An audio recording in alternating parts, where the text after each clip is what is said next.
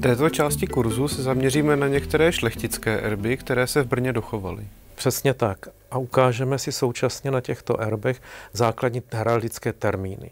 Nemůžeme probrat všechny, ale alespoň ty hlavní.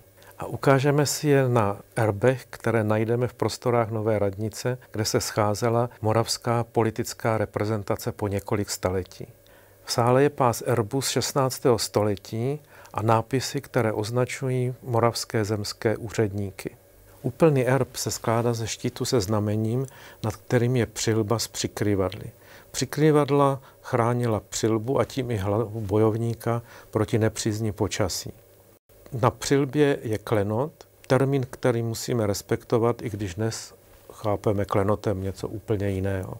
Můžeme si povšimnout, že tinktury, čili barevné znamení figur, přejímají přikryvadla a klenot také často opakuje znamení ze štítu.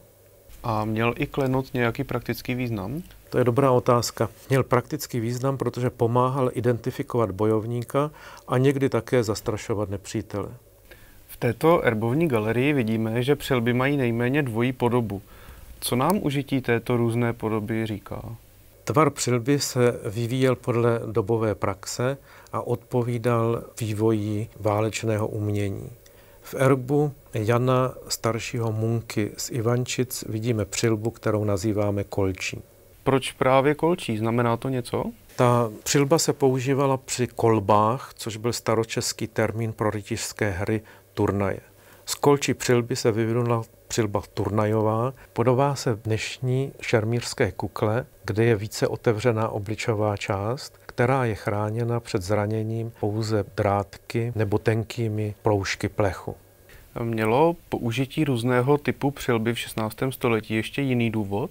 Určitě. V té době už se přestaly tyto přilby nosit do skutečných bojových šarvátek, protože nastoupily střelné zbraně. Znak Jana staršího Munky z Ivančic ukazuje, že byl pouhým nobilitovaným měšťanem, proto užíval přilbu kolčí. Většina souboru je ozdobena přilbami turnajovými, to znamená, že to byli příslušníci panského a rytířského stavu, čili výše postavení než prostí měšťané. Heraldická tvorba našla opět jemný způsob, jak naznačit společenskou hierarchii. Rytířský a panský stav patřili k šlechtě a byli nadřazeni všem ostatním složkám, nobilitovaný měšťan mezi šlechtu nepatřil.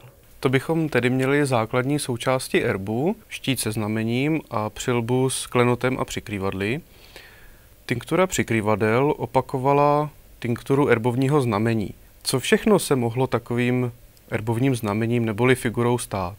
Znamení ve štítě rozdělujeme v heraldice do dvou velkých skupin, na obecné a heroldské.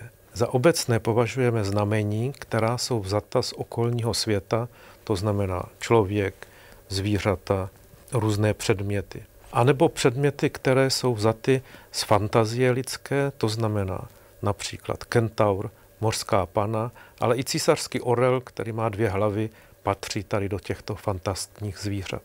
A figury heroldské? Heroldské figury vznikají rozdělením štítu čarami různých směrů a tvarů, jsou to tedy určité abstraktní symboly. V heraldice pro ně máme specifické termíny. Tak například hřeben je znakem pánů z Boskovic, který vidíme v našem souboru erbů. Dalším příkladem může být břevno, které nosil ve svém erbu Mikuláš z Hrádku. Nejjednodušší erb v tomto slova smyslu měl Hartmann z Lichtenštejna, který měl štít zlatě a červeně dělený. V našem erbovním souboru jsme viděli širokou škálu symbolů. Dávali si je tam ti lidé sami, nebo jim je někdo uděloval? Oba způsoby jsou vlastně možné. Řada rodů si osvojila o své vůli erb a nikdo už je potom nějakým způsobem nekontroloval. Ale od 14. století skutečně panovníci začali vydávat erbovní listiny, ve kterých udělovali nové erby, potvrzovali staré erby nebo polepšovali, to znamená rozšiřovali už erby stávající. Tato praxe trvala až do roku 1918, kdy byla zakázána většina šlechtických privilegií a bylo to dokonce trestáno. Říkal jste, že si lidé volili podobu svých erbů často sami. Na základě čeho se rozhodovali? Jejich pohnutky už dnes těžko zjistíme. Existují erbovní pověsti, které ovšem vznikly až později a měly dodatečně vysvětlit vznik nějakého erbu. V erbech budou převažovat bojová znamení, divoká zvířata, bojovníci, zbraně. Ale byly rody, a byly to starobylé rody, které si volili předměty z běžného života, jako byla přeska, boty nebo buben. A byly dokonce rody, které se pyšnily erbem, ve kterých byla žába nebo žebřík. V erbovní galerii v rytířském sále jsme si mohli všimnout erbu jednotlivých šlechticů. Dokázala heraldika naznačit manželské nebo jiné rodové vztahy? Takový příklad máme taky mezi brněnskými heraldickými památkami. Na fasádě kostela svatého Michala je alianční erb, to znamená erb dvou manželů.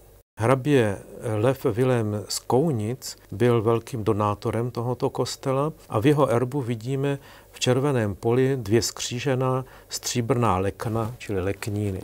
Jeho první manželka byla Eusebie z rodu pánů ze Sezimova Ústí, a protože ti v té době zrovna vymírali, tak v roce 1642 Lev Kounic dostal právo zařadit do svého erbu i jejich růží, která byla velice cenným znamením, protože páni se Sezimova Ústí byli součástí rozrodu Vítkovců. Jeho druhá manželka byla Eleonora z Dietrichsteina, kterou ukazují v této kombinaci dva dietrichteinské vinařské nože.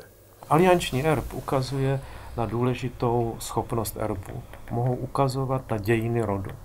A současně užití starobylého erbu, v tomto případu pánů ze Sezimova Ústí, ukazuje na úctu, kterou šlechtici k těm starým rodům vždycky měli.